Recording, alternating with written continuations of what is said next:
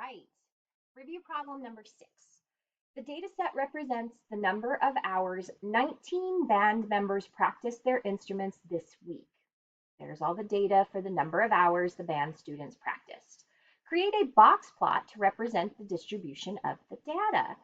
Use your cursor to draw on the image below. Okay, so box plot, and I need to make one. You know what I'm doing?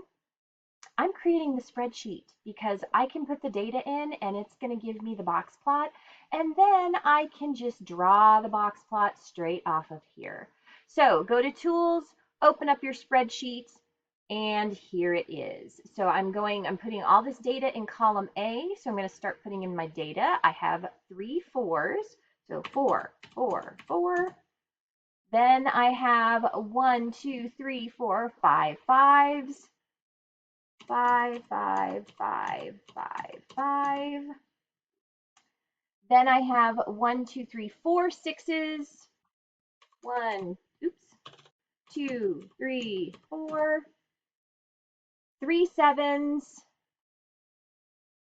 1, 2, 3. 3 eights.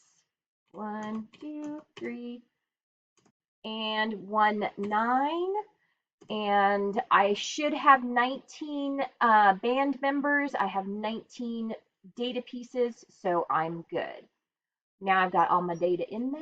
Now I need to highlight column A. So I click on column A and it should highlight everything. Then I'm going to come up here and I'm going to click on the histogram twice. There it is. Now I want a dot plot, or excuse me, box plot. So I'm going to come up here to where it says histogram right here, and I am going to drop down and select box plot. Okay, and there is my box plot. Okay, and let's see, I'm going to move this a little bit so I've got a better look at my box plot. Okay, so it's looking like I have a starting point of 4, an ending point of 9. So I'm going to go ahead and start doing that. I have a starting spot at 4 and an ending spot at 9. It would be super awesome if I could move this. All right, I'll get there in a sec. Okay, and then my interquartile range, my box goes from 5 to 7.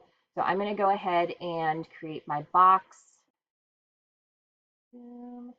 5 to 7. Let me get the box.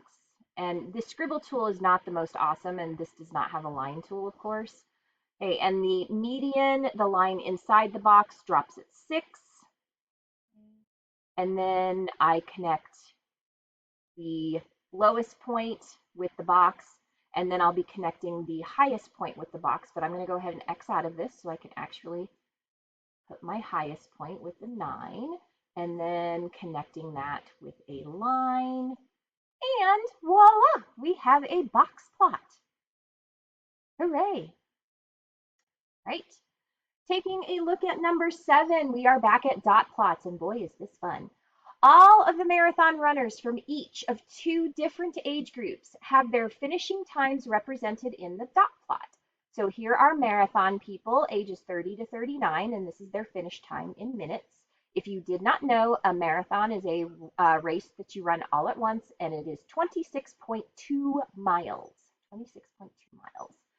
And then we have marathoners in the age group of 40 to 49, and here is their finish times on the dot plot. Which age group has a tends to take longer to run the marathon? Okay, well, this goes a maximum of about 380 minutes for the 30 to 39ers. The 40 to 49ers goes to probably about 450 minutes. So the 40 to 49ers has a tendency to take longer than the 30 to 39s. Okay, and so that's explaining your reasoning.